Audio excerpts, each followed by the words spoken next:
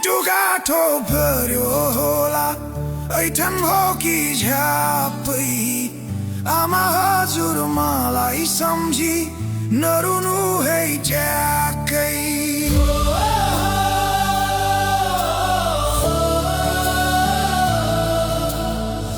रुदा रुदै मुर्छा परलिन् तिमीले सास भर्नु छिमेकीलाई बोलाइदिनु ओखती नि गर्नु